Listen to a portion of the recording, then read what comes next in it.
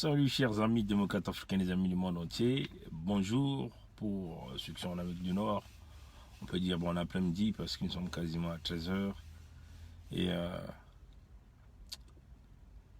on peut aussi dire une bonne soirée à ceux qui sont en Europe, ceux qui sont en Afrique. En ce jour du 7 janvier 2019, nous sommes ici à Toronto, au Canada. Bon, rapidement, nous n'allons pas mettre du temps, nous allons simplement donner notre point de vue. Les Gabonais se sont levés ce matin avec, entre guillemets, ce qu'ils ont appelé bonsoir à Joe Curtis, à tous ceux qui ont eu le temps de se connecter.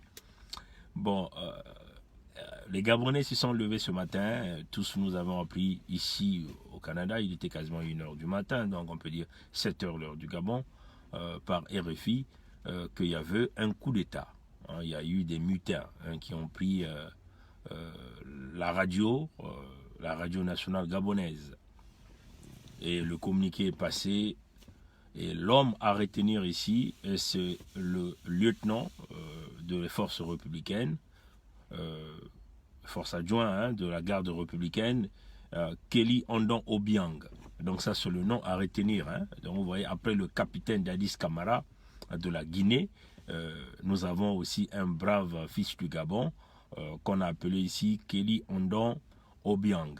Voilà, donc voilà, ça s'est levé, le discours est passé, tout de suite l'information a fait le tour du monde, toutes les chaînes de télé, de radio l'ont parlé, tentative de coup d'État au Gabon. Mais, chers amis, nous voulons donner notre point de vue, nous ne sommes pas des dieux, mais nous voyons deux hypothèses dans ce que nous venons de voir. C'est un scénario que nous venons de voir, un scénario d'un commando composé de 5 éléments, donc 5 elements, comme on dit. Voilà, donc un commando constitué de 5 éléments. Nous nous sommes posé la question si réellement il y a coup d'État, ça veut seulement dire que c'est toute la brigade de la garde républicaine qui est impliquée. Et donc, les 5 commandos devaient être supportés ou assistés par toute la garde républicaine. Ou encore un corps militaire quelque part. L'armée de terre, l'armée de l'air, ou peut-être quelques hauts officiers pouvaient être impliqués. Pas toujours, mais on peut dire des fantassins, des enfants de troupes, c'était à l'intérieur. Donc un coup d'État bien préparé, avec toutes les stratégies possibles. Sachant que le Gabon abrite une base militaire française, éventuellement tout juste là à Libreville, et donc des stratégies pouvaient être bâties pour contrecarrer la sortie des forces militaires, parce qu'on sait que les forces militaires de la France sont là pour protéger le pouvoir d'Ali Bongo. Donc c'est de garder toujours l'Afrique centrale dans cette région en otage ou en captivité. Vous voyez, chers amis. Donc un coup d'État, quand il se prépare, ce n'est pas 5 personnes ou 5 militaires, quelle que soit leur formation, qui vont faire face à toutes les forces militaires du Gabon, et puis les forces militaires françaises qui sont là pour rassurer le pouvoir dans la famille Bongo. Vous voyez, chers amis. Donc, la première hypothèse, nous nous sommes dit, certainement c'est un petit jeu du pouvoir. Sachant que le pouvoir d'Ali Bongo est en difficulté, parce qu'on le dit, le scénario qu'on nous a présenté, il y a un discours de 2 minutes et quelques secondes de fin d'année, ça ne reflète pas d'un homme qui ne bouge pas son côté gauche, son bras gauche, avec une voix qui avale complètement les consoles, ainsi de suite. Nous pensons que ça c'est un scénario d'un sosie, comme on a l'habitude de dire, d'un sosie. Le sosie, c'est simplement quelqu'un qui est identique à Ali Bongo et qui essaie de imiter Ali Bongo, et puis la femme qui est à côté pour essayer d'embellir ce scénario. Chers amis, écoutez ça, parce que nous sommes au temps de Hollywood. Ce que nous sommes en train de voir sur le temps de Hollywood. On peut aujourd'hui former un Bernard Pongui qui est identique à moi, et on va vous le présenter. Et on va montrer ce Bernard Pongui là, aller salir la main de Sassou pour dire, ben voilà, Bernard Pongui a shifté, il devient l'homme de Sassou, du génocidaire Sassou. Vous voyez, chers amis, nous sommes au temps d'Hollywood où on peut façonner la caricature, on peut façonner des gens, et quand la personne parle, c'est une cassette qui passe à côté, vous avez là l'impression que éventuellement c'est cet individu qui parle. Vous voyez, chers amis. Donc, on peut dire, la première hypothèse, c'est un scénario monté pour essayer, hein, si vous voulez, d'apporter la sûreté à l'intérieur. Ou encore, hein, une façon de pouvoir faire expédier ou encore augmenter le nombre des militaires français au Gabon pour continuer à rassurer le pouvoir, dont au sein de la famille Ali Bongo, hein, la famille Bongo. Ouais, chers amis, ça dit qu'on tente de faire un truc pour simplement, si vous voulez, nous sommes convaincus qu'il y a eu déjà des tensions au sein même des forces armées gabonaises. Ça, c'est sûr. Que certainement dans les couloirs, il y a eu des gens qui préparaient des choses. Des gens se disaient qu'ils en avaient marre. Donc, nous considérons que ce sont des hypothèses, hein, parce que nous ne sommes pas des dieux, ou ne sommes pas. Nous considérons que la première hypothèse, c'est le régime Bongo qui fabrique un truc pour simplement apporter, simplement faire taire tous les militaires gabonais. La première hypothèse. Donc, on fourmente un commando de 5 personnes qui prétend faire un coup d'État, parce qu'on ne peut pas faire un coup d'État militaire avec 5 éléments. Hein, ça, c'est quasiment impossible. En moins qu'on soit fou pour pouvoir le faire. Ou on se dirige droit vers l'abattoir. Vous voyez, chers amis. C'est comme ça qu'on va nous le dire. Et le régime, dans la manigance, pour essayer de conserver le pouvoir, essayer de pousser les militaires gabonais au silence complet, et une façon de leur dire « Attention, nous sommes en train de vous regarder », ou encore, ils ont tenté un truc pour voir la réaction des militaires, pour identifier, vous voyez, ceux qui sont en réalité sur cette voie, hein, pour mettre de côté cette famille qui gère le Gabon pendant plus de 56 ans, ou 67 ans, je ne sais pas combien d'années, mais en tout cas plus de 50 ans que cette famille est là. Vous voyez, chers amis.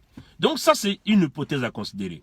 Le régime fabrique un truc pour identifier les militaires qui vont se lever et simplement mettre hors d'état de nuire tous ces militaires. Ça, c'est la première hypothèse, où le régime fabrique un truc pour permettre qu'on puisse augmenter les effectifs des militaires français sur le territoire gabonais pour continuer à rassurer le pouvoir dans la famille. Tout en sachant que il y a beaucoup de sites qui nous parlent déjà de 3 avions militaires français qu'on a expédiés droit à Libreville pour assurer la protection entre guillemets des intérêts français, mais simplement pour assurer le pouvoir à la famille. Ça, c'est une source qui venait de le dire, mais en tout cas, moi, je ne confirme pas encore, parce que nous, de notre côté, on n'a pas encore mené des investigations.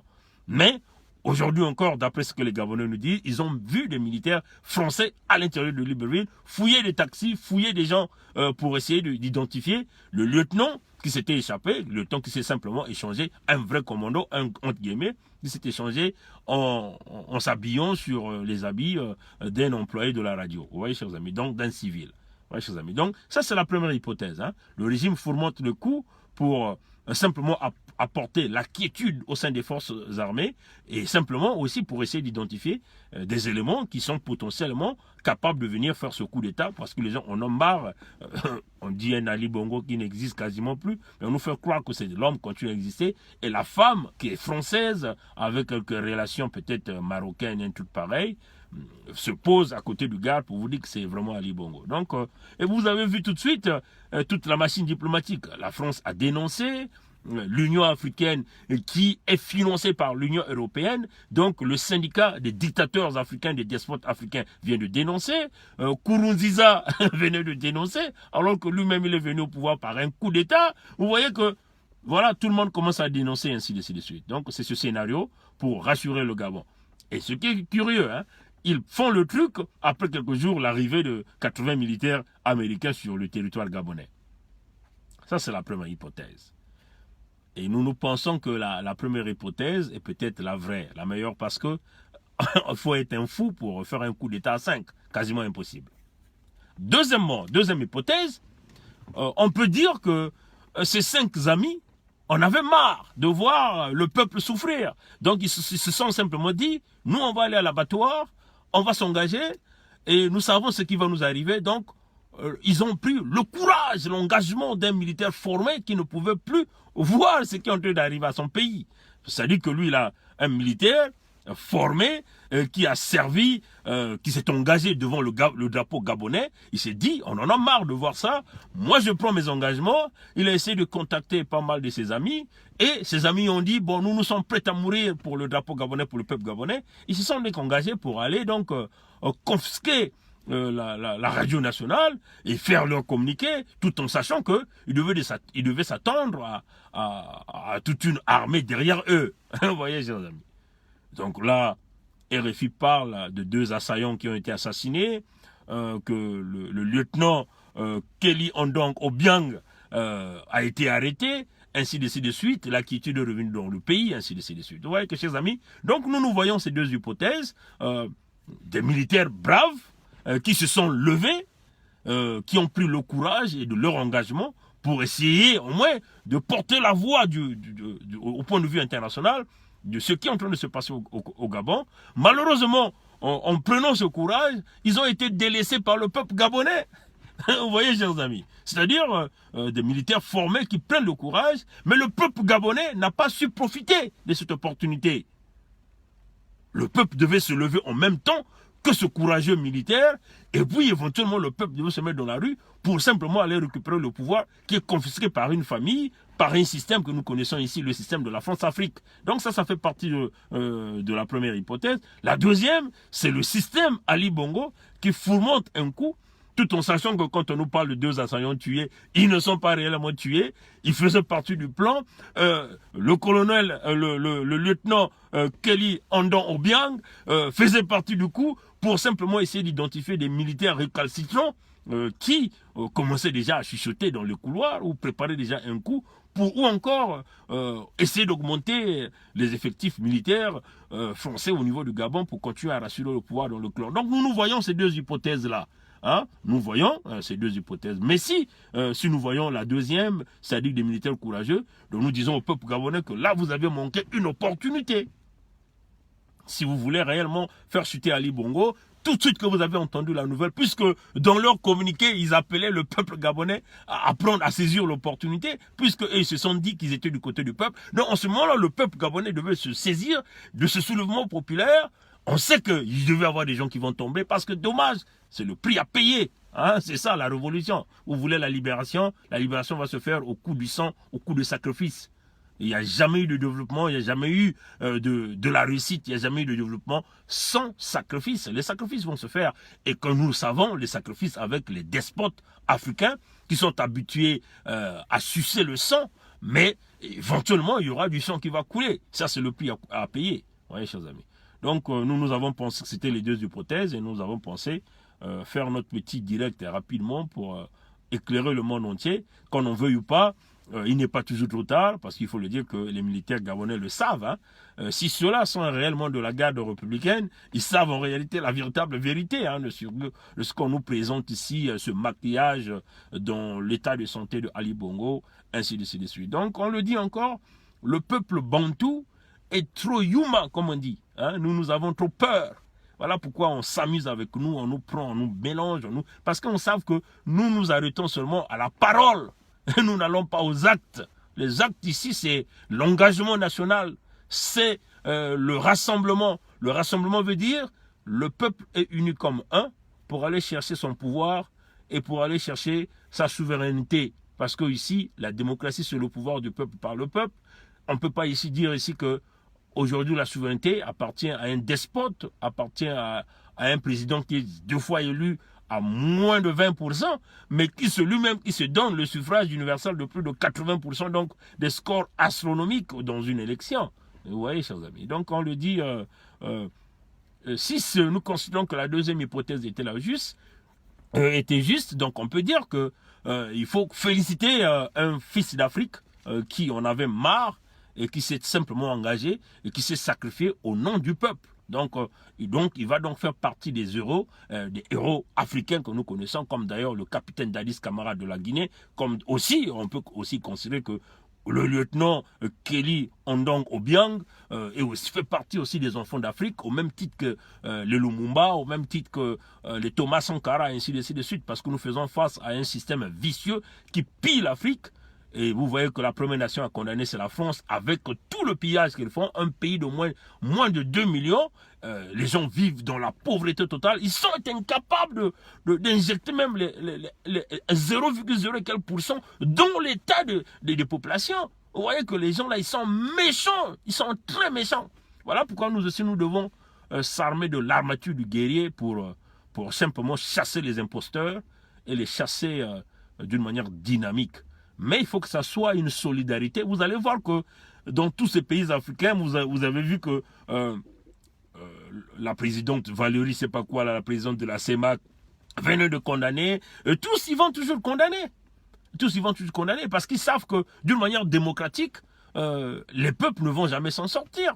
L'unique façon que les gens s'en sortent, c'est que faut qu'il y ait au sein des forces armées ceux qui ont l'habitude de manipuler les armes, qui prennent les armes, qu'ils fusillent ces dictateurs. C'est de cette façon que l'Afrique va se libérer. Parce que, comme vous le savez, le système de la France-Afrique, comme nous avons... Allez-y et regardez, hein, nous avons fait un direct, nous avions intitulé ce direct Gilets jaunes et la chute de la 5e République française. Allez-y, regardez cette vidéo sur YouTube, hein, parce qu'on avait fait un direct hier de 2 heures où nous avons parlé de est-ce que Félix Tshisekedi était équivalent à Guy Parfait Kolela, quelles seraient les conséquences. Et puis nous avons parlé des Gilets jaunes, le mouvement des Gilets jaunes, et puis le mouvement de la chute de la 5e République. Nous avons sectionné ça en deux pour permettre aux gens de voir en réalité ce qui se passe avec cette 5e République. Si vous voyez depuis De Gaulle, de Pompidou et tout ce monde qui se suivent jusqu'à Destin, ainsi de suite, jusqu'à Macron, tout ce monde ont bloqué l'Afrique. Pas de développement pour l'Afrique. L'Afrique ne peut pas avoir des leaders élites, des leaders qui sont capables d'ouvrir les yeux. Pas de développement pour l'Afrique. C'est le pillage à huis clos, au prix du sang. Vous voyez, des armées françaises qui sont partout dans toute l'Afrique. Et le rôle, c'est quoi? C'est pour piller. On crée des djihadistes, on crée tout ça là, c'est pour nous maintenir dans un état d'esclavagisme et continuer à prendre les matières premières au prix du sang. Qui sommes-nous? Nous ne sommes pas des animaux. Il est temps que nous nous levons effectivement. Vous allez voir qu'ils vont tout faire pour nous diviser au sein de nos États, au sein de nos ethnies, au sein de notre nation. Dans la sous-région, ils vont nous diviser. Quand ils se rendent compte qu'il y a des groupements qui commencent à s'unir, ils feront le tout de armer un clan. Et ce clan-là est amené comme l'élite de la nation. Et pour prendre les autres ethnies de la nation en état d'esclavagisme. Nous le voyons au Gabon, nous le voyons au Congo-Brazzaville avec les Mboshi qui deviennent l'élite de ce pays pendant que toutes les autres ethnies sont pris comme des esclaves dominés sous la dominance de l'élite Mboshi qui n'est pas trop compétent. C'est ça la vérité. Mais ils sont protégés par le système d'affaires obscur de la France-Afrique piloté à l'Élysée. Oui, c'est ça, chers amis. Donc, il va falloir que nous prenions réellement conscience de nos cas. Et c'est ce qui se passe aussi au niveau de tous les pays de la sous-région, en République centrafricaine, au Tchad, au Cameroun, ainsi de suite, chers amis. Donc, il faut qu'il y ait un réveil complet. Les populations doivent reprendre leur souveraineté. La seule façon de reprendre la souveraineté, vous avez deux choix. Ou vous prenez les armes, mais ça va être difficile pour vous pour le prendre parce que ces armes-là sont contrôlées par l'Occident. Vous devez les acheter à l'Occident, oui, chers amis. Et donc, eux, ils vont déjà vous bloquer pour pouvoir en acquérir. Et il vous faut des moyens. Les moyens, ils vont vous bloquer. Oui, chers amis. La seule façon, le seul moyen que l'Occident ne peut pas contrôler, c'est le soulèvement populaire de l'intérieur. Ça, c'est imprédictible. Ils ne peuvent jamais contrôler ça. Quand le peuple se lève, l'Occident ne pourra jamais contrôler ça. L'Élysée ne pourra jamais contrôler ça. Parce que quand la bulle s'explose, c'est fini là. Ils ne peuvent plus rien contrôler. Vous voyez? Et quand cette bulle explose, ils vont donc chercher maintenant qui sont les leaders de cette bulle. Et en ce moment-là, si vous êtes un peuple rassemblé, vous voyez que ça va être difficile pour eux de venir encore mettre leurs mains sales pour continuer à contrôler, à piller nos matières premières. Donc vous voyez que, chers amis, on le dit, le système de la France-Afrique, c'est un système cruel, criminel, assassin, qui tue sans cesse. Et bien sûr, ce système est protégé par quoi? Par le Conseil de sécurité des Nations Unies. Donc une organisation qui n'a jamais réussi aucune mission depuis qu'elle a été créée. C'est ça la vérité. Et que les diplomates nous disent le contraire, que ces grands pays-là nous disent le contraire. Nous sommes à l'étape de l'esprit, on l'a dit. La mort peut arriver à n'importe quel moment, ils peuvent nous assassiner comme ils veulent, mais ces paroles vont rester. Ces paroles-là, quand ça reste, ça va se fructifier, hein, ça va se multiplier. Et ça va rentrer dans plusieurs enfants. Et vous allez voir que à un certain moment, les enfants, les enfants d'Afrique qui naîtront auront des esprits rebelles comme des Arabes. Parce qu'on en a marre de voir tous ces massacres, toutes ces manipulations. Nous sommes suffisamment riches, mais ils sont incapables de venir par la grande porte pour venir prendre nos matières premières.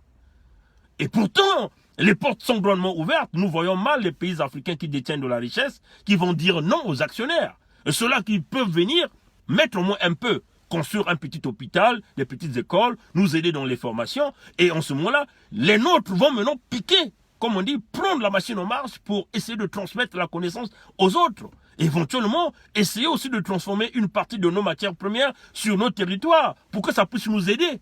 Nous sommes pris en captivité. On sélectionne quelques élites, on leur donne tout, on leur donne des instructions et ils se mettent à assassiner comme ils veulent. La République démocratique du Congo est un exemple où toutes les nations sont là à l'intérieur, mais ils acceptent qu'on massacre plus de 20 millions de morts à l'est de la République démocratique du Congo et personne ne dit rien. Et ils sont incapables de...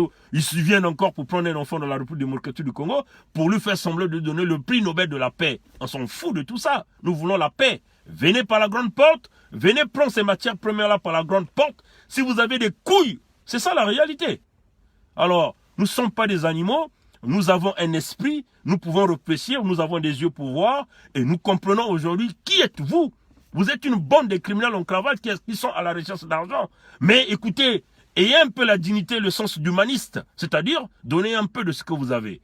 Il est grand temps que nous, en tant qu'Africains, qu'on puisse ouvrir les yeux. Regardez un peu ce qui se passe au Sénégal. Macky Sall qui se permet de prendre le contrat pétrolier, donner à la France qui se retrouve en 5e position. Mais ça vient pas de moi. Donner à Total plutôt. Mais Total, c'est la France, c'est l'Élysée. Tous des criminels en cravate. Et ça vient du ministre sénégalais de l'énergie qui a démissionné. Hein, qui l'a dit clairement que Total ne pouvait pas mériter. Mais c'est quoi le rôle de ce commerce, le commerce international que nous avons? Nous pensons bien qu'il y a des tribunaux internationaux qui existent. Et les autres entreprises qui étaient en première position, qu'est-ce qu'ils vont faire? Ils vont porter plainte? Est-ce qu'on va le retirer le marché à Total? Et Macky Sall dit que parce que la France paie les salaires aux fonctionnaires sénégalais. Mais Macky Sall, mais ça va pas du tout. Vous êtes toujours comme des bébés. Vous voulez qu'on vous fasse manger? Mais cherchez votre liberté. Merde alors. On en a marre de voir ça. Alors, vous avez des élites africains. On a l'impression qu'ils sont intelligents. Mais en réalité, ils sont là pour protéger les intérêts de la 5e République française. Voilà pourquoi, allez-y voir cette vidéo. Nous avons expliqué pourquoi nous devons peut-être soutenir le mouvement des Gilets jaunes.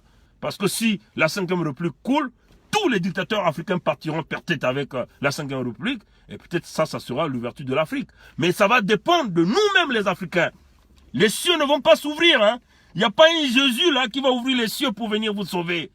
Dieu ne va pas ouvrir les cieux pour venir vous sauver. L'Afrique a déjà eu des enfants dynamiques, comme les Patrice Lumumba, comme les Kwame Nkrumah, comme les Sédar Senghor, ainsi de suite. Ils se sont battus comme les Thomas Sankara.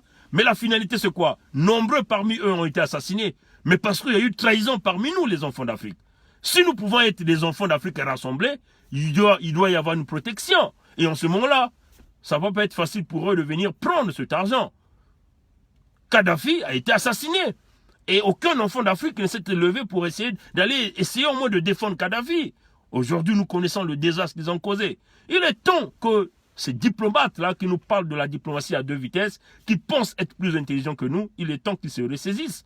Parce que quand la bulle va s'exploser, ça va être difficile. L'Europe, la population européenne est en train de s'autodétruire. La population est vieille. Mais vous croyez quoi? Vous pensez bénéficier avec tous les immigrants qui arrivent chez vous? Mais ça va être la débandade totale. C'est ce que vous êtes en train de voir. Vous créez le désastre, mais quand vous créez le désastre, vous devez savoir que ça va vous retourner par plusieurs façons. C'est ça la réalité.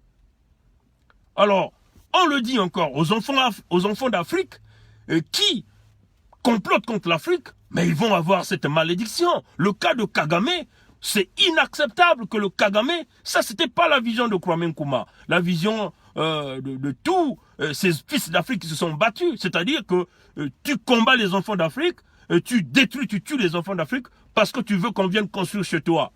Mais la vie est une roue, ça va tourner un jour. Que Dieu nous garde, chers amis, que Dieu nous bénisse. Si la deuxième hypothèse est vraie, c'est un grand bravo au lieutenant Kelly Ondongo Obiang. C'est un fils d'Afrique qui a compris qu'il en avait marre, qu'il était temps de mettre fin. Malheureusement, il n'a pas été suivi par le peuple. Si c'était la première hypothèse, alors c'est malheur à ce régime Bongo qui continue à faire miroiter un Kouyu Wayuma, un mort vivant. Que Dieu nous garde, que Dieu nous bénisse.